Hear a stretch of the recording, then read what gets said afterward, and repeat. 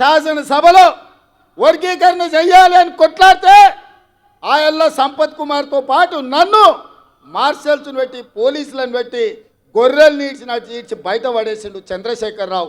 ఇవాళ మాదిగలకు అన్యాయం చేసింది చంద్రశేఖరరావు కాదా? ఇవాళ నేను అడుగుతున్న మిత్రులారా, కొంతమంది మాదిగ ఉద్యమంలో ఏబిసిడి వర్గీకరణ కోసం కొట్లాడిన వాళ్ళు ఇవాళ నరేంద్ర మోడీ కోటేయండి భారతీయ జనతా పార్టీని గెలిపించమని అడుగుతారు. నేను ఆ మిత్రుడిని కోరదలుచుకున్నా, నేనేం అనదలుచుకోలే. చంద్రశేఖరరావు ఆయనను అరెస్టు చేసి జైల్లో పెట్టినాడు.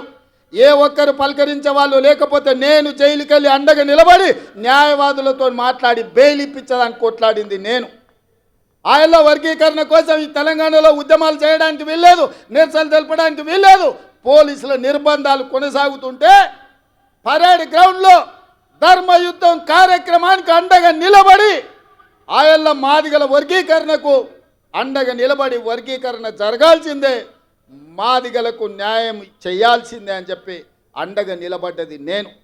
అందుకే ఇవాళ సోదరులారా, ఈ వేదిక మీద నుంచి నా మాదిగ సోదరులకు నేను చెప్తున్నా, సిరిసిల్ల రాజయ్య గారిని ఫైనాన్స్ కమిషన్ చైర్మన్ చేసిన, అట్లూరి లక్ష్మణ్ని విప్పుగా అసెంబ్లీలో వేసిన, పాల్వాయి రజనీ కుమార్ని తెలంగాణ పబ్లిక్ సర్వీస్ కమిషన్లో మెంబర్ చేసిన, ప్రీతం కుమార్ ఎస్సీ డిపార్ట్మెంట్ చైర్మన్గా కాంగ్రెస్ పార్టీలో పదవులు ఇచ్చిన, ఇవాళ నా పేషీలో ఐఏఎస్ అధికారి సంగీత సర్వే సత్యనారాయణ సెక్రటరీగా నా పేషీలో ఉందంటే ఒక మాదిగ బిడ్డకు అవకాశం ఇచ్చిన. ఇవాళ మిత్రుడు సంపత్ కుమార్ ఏఐసిసి సెక్రటరీగా మహారాష్ట్రకి ఇన్ఛార్జ్గా ఈరోజు వారు ఏఐసిసి సెక్రటరీగా ఉన్నారు.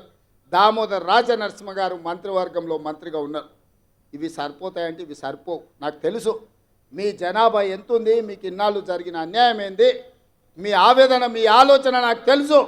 అందుకే రేపు రాబోయే రోజుల్లో పార్టీ తీసుకోబోయే నిర్ణయాలలో, పార్టీ నియామకాలలో మాదిగ బిడ్డలకు న్యాయం చేసి మీకు సముచితమైన స్థానం కల్పించే బాధ్యత కాంగ్రెస్ పార్టీ తీసుకుంటుంది. మల్లికార్జున్ ఖర్గే గారు తీసుకుంటారు. సోనియామ్మను ఒప్పించి మెప్పించి వర్గీకరణను పార్లమెంట్లో చట్టం చేసే బాధ్యత ఇవాళ కాంగ్రెస్ పార్టీ తీసుకుంటుందని చెప్పి మాదిగ సోదరులకు నేను చెప్పదలుచుకున్నా.